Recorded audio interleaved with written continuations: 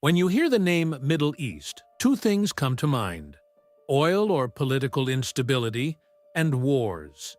For the past 100 years, the Middle East has been the victim of some kind of war or conflict, be it Iraq, Syria, Lebanon, the Palestine-Israel issue, or the Yemeni civil war. There is always something happening in the Middle East. Millions of people have been killed. Billions of dollars have been wasted. But there is still no peace in the Middle East.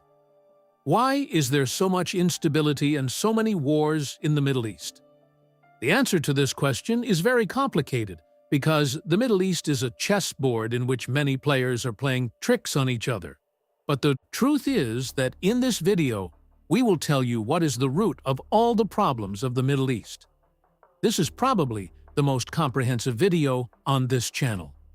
And to know the answer to this question, we will have to go back almost 150 years when the borders of today's Middle East were delimited. And that is where all these problems started. For several hundred years, the entire Middle East was under the control of the Turkish Ottoman Empire. Between the 16th and 17th centuries, this empire stretched from Hungary to Yemen. All kinds of people lived in this kingdom: Jews, Christians, Muslims, Parsis, Arabs, Kurds. But then, after the 19th century, the Ottoman Empire began to decline, and this was the time when the British Empire increased its control in Asia. The biggest threat to the British Empire was the Ottoman Empire because the biggest obstacle to its control from Asia to Europe was the Ottoman Empire. To break it, the British Empire started building its colonies in the Middle East. First, in 1820, the British Empire signed an agreement with the UAE, then in 1849, Yemen, and in 1861. As soon as they took control of Egypt, the British gained control of the Suez Canal, and it became very easy for them to bypass the Ottoman Empire and reach Asia. The Ottoman Empire was watching this growing control of Britain and knew how dangerous this growing influence of the British Empire could be for it. That is why the Ottoman Empire sided with Germany in World War I, which started in 1914. And it was at this time that the British and French empires had decided that they had to destroy the Ottoman Empire at all costs. For this plan, the French and British empires signed a secret agreement called the Sykes-Picot Agreement. According to this agreement, after the end of World War I, all this area will become an independent Arab state, but it will also remain under British influence. This entire area will be under the direct control of the French Empire. This area will become an independent Arab state, but it will remain under the influence of the French Empire. This entire area will be given to the Russian Empire, and then this entire area of Palestine and Israel will be under an international administration. While deciding these borders, language, religion, ethnicity, all these things were completely ignored, and this was the mistake for which the Middle East is still suffering today. In 1917, a declaration was made in which the British government promised the Jewish community in Germany that it would help the Jews to create a separate state for them in Palestine. This declaration is called the Balfour Declaration. And this was the time when the world's superpowers were in search of oil, because after World War I, everyone knew that the 21st century would be ruled by the one who controlled oil. At that time, America was the world's largest oil producer and supplier, and 80% of Britain's oil supply came from America.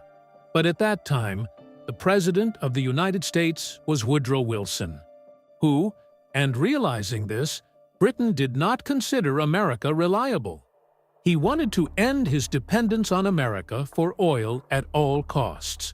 Now, oil was first discovered in Iran in 1908, but it was in very small quantities. That's why the British Empire was looking for more oil in this area very quickly.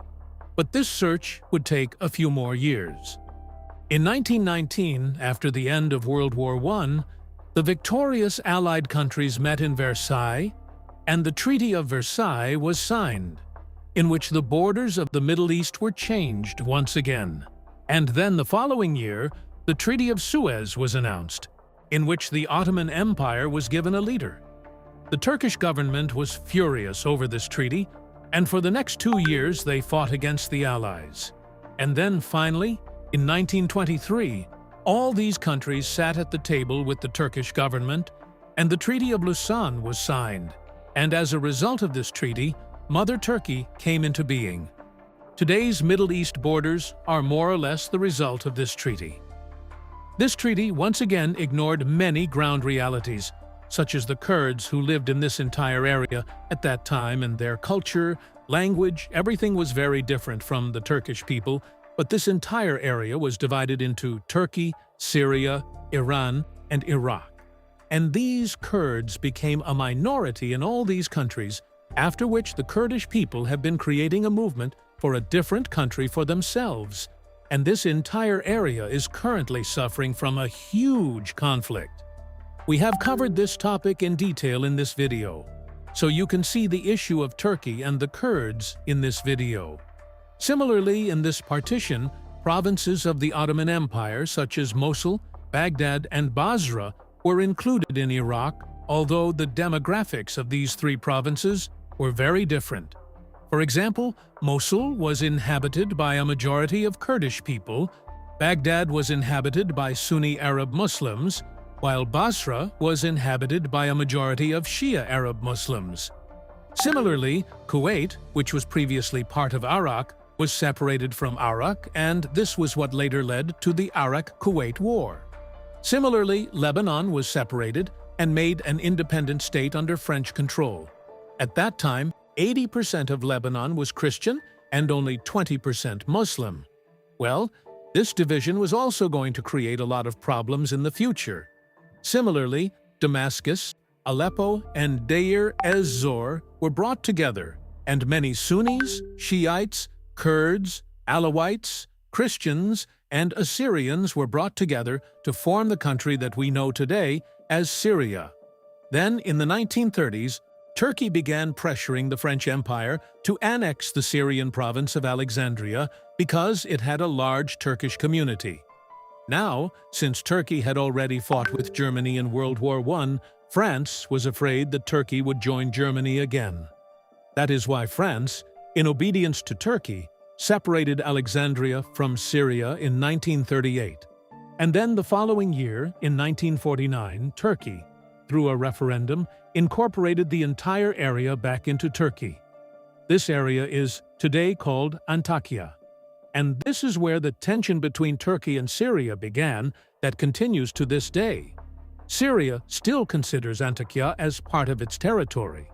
Similarly, the main water supply of Syria and Iraq comes from the Euphrates and Tigris rivers, and both of these rivers originate in Turkey. Turkey built dams on both of these rivers, and these dams are also a major cause of tension between Turkey, Syria, and Iraq today. Around the same time, in the late 1930s, oil began to be discovered in the Arab world. In Iraq, huge oil reserves were discovered near Basra and Mosul.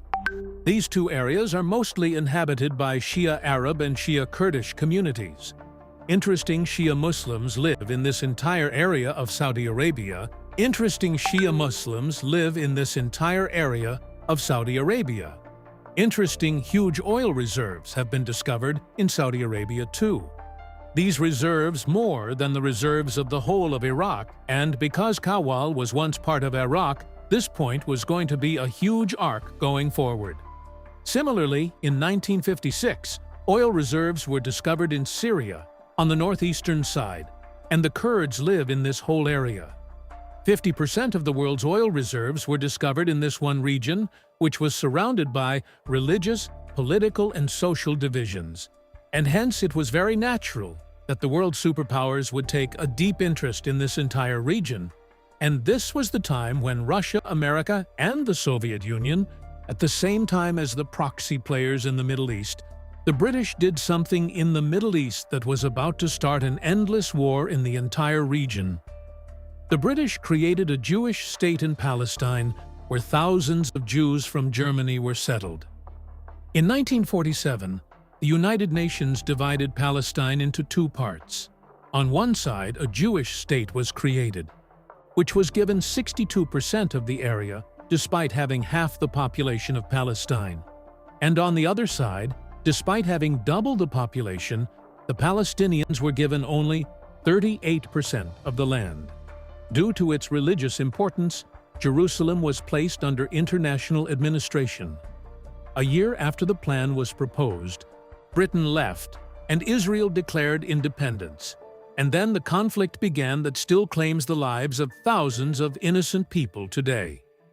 Despite Israel's declaration of independence, no Arab country recognized it, and in 1948, several Arab states, but Israel won this war, and as a result, Israel gained control not only over the Jewish, but also over 60% of the Arab area. Occupied, nearly 7 million Palestinian Arabs left their country and moved to Lebanon, and this migration changed the demographics of the entire Lebanon because Muslims were now in the majority there. And this change went on to cause a huge civil war in Lebanon between 1975 and 1990. On the other hand, Jews were constantly coming from all over the world and settling in Israel, and now there were fewer Muslims and more Jews in this entire area of Palestine. A few years after this partition, in 1904, Gamal Abdel Nasser became president. Nasser had a dream that all the Arab countries would unite and become one Arab country, and in this way he would be able to defeat every enemy of the Arab world, from Israel. But Nasser was not only against Israel and America, but he was also very much against Saudi Arabia and Kuwait because, in his eyes, these two countries, the enemies of Muslims, were getting closer to America. In 1956, Nasser closed the Suez Canal, which resulted in France, Britain, and Israel, but somehow Egypt won this war, and the whole Arab world started talking about Abdel Nasser. The whole Arab world was very impressed with Abdel Nasser's nationalist ideology, and influenced by it, a civil war started in Yemen in 1962 between the Arab nationalists and the Yemeni government. And this was the war in which proxy players entered for the first time. This civil war was a danger signal for family-controlled countries like Saudi Arabia, Kuwait, and Jordan, because the same ideology could come to their countries tomorrow, which could put their governments in danger. Therefore, all these countries, together with the United States, supported the Yemeni government against the nationalists, while on the other hand, Abdel Nasser started helping the nationalists with Egyptian troops and weapons. And Egypt occupied the Gaza Strip in Sinai, and in return, Egypt once again closed the Suez Canal, which remained closed to any traffic for the next 8 years. Abdel Nasser was very disappointed with this defeat and died of a heart attack in 1970, at the age of only 52. This was the year when Britain announced that he was now making the Persian Gulf and Middle Eastern countries independent. And then, the very next year, the UAE and the rest of the Persian Gulf countries became independent. After the departure of Whitten, the US started taking interest in the entire region. Bigo was now a rising superpower, and it was very important to be in a region on which 50% of the world's oil supply was dependent. For the next 8 years, the Arab world remained very difficult. During this period, the Arab-Israeli War took place, in which Israel once again won. Egypt recognized Israel. The Egyptian president was assassinated for this reason. Similarly, a very intense civil war began in Lebanon between the Palestinians and the locals, which lasted until 1990. So on one side, all this fighting was going on in the Middle East, and on the other side, at the same time, a huge revolution was taking place in Iran. In 1989, Ruhollah Khamenei overthrew the government of the Shah of Iran and took control of Iran. After 1989, Iran was completely transformed. Iran was now a strict Shia Islamic regime, and he wanted to transfer this ideology to other countries. This was obviously a huge threat to the Sunni rulers of Saudi Arabia, Yemen, Bahrain, and Iraq, And this was at a time when Saddam Hussein had already come to power in Iraq. Saddam was a Sunni Muslim, and he was afraid that the ideology of the Iranian Revolution would reach Iraq. And if that happened, Iraq would be lost to him because most of Iraq's oil reserves were in Shia-majority areas. He had to put an end to this revolution. Saddam Hussein attacked Iran in 1980, and the war lasted for almost 8 years. The United States, Saudi Arabia, and Kuwait continued to heavily fund Saddam Hussein. But still, 8 years later, in 1988, the Iran-Iraq War ended without any results. The war had severely damaged Iraq economically. Saddam Hussein requested Kuwait to forgive the $65 billion loan it had given Iraq to fight Iran, but Kuwait refused. Saddam Hussein, in turn, attacked Kuwait and took control of all of Kuwait's oil reserves. Saddam Hussein now owned 25% of the world's oil reserves. Saddam then built a dam on the border of Saudi Arabia. It was very obvious that now they wanted to take control of Saudi Arabia's oil fields, after which almost 50% of the world's oil supply would be under the control of one man. How could Saudi Arabia and the world power obviously tolerate this? In 1990, the United States, along with 32 countries, attacked the Iraqi army and liberated Kuwait after a year of fighting. America had now become a very important player in the Persian Gulf and the Middle East. America now started building its military bases all over the region, and today America's fifth largest fleet is here in Bahrain. Similarly, there is a very large American airbase in Qatar called St. Com, and that is why the USA keeps its eye on the Middle East and Central Asia. And then there is the U.S. missile defense system installed in the UAE. Similarly, Saudi Arabia is the largest country to buy weapons from the U.S. So if we come to the eastern side of the Middle East, there the U.S., Arabs, and Iran are face to face. Although now the ice has melted between Iran and Saudi Arabia, and talks have also started. Then if we come to the southern side of the Middle East, there is a huge civil war going on in Yemen, in which everything from Saudi Arabia and Iran to the US and even Russia are involved. Similarly, if we come to the top, Syria has already become the center point of the first proxy war, where Russia, Iran, the US, Saudi Arabia, and even the UAE are involved with their militaries. Talking about Iraq, after Saddam Hussein, Al-Qaeda, and now ISIS have tried to fill this vacuum, the results of which have been very terrible. In Turkey and Syria, a war can break out at any time over the Kurdish rebels. So all in all, the Middle East is in a mess, and its root cause is this partition of borders, made 100 years ago, in which differences between human beings were not taken into account at all. And, if you have taken care of it, just tell us what you think about today's video in the comments below. Here are all the sources from which we consulted for this video. If you liked the video, then be sure to like it and subscribe to the channel. See you in the next video.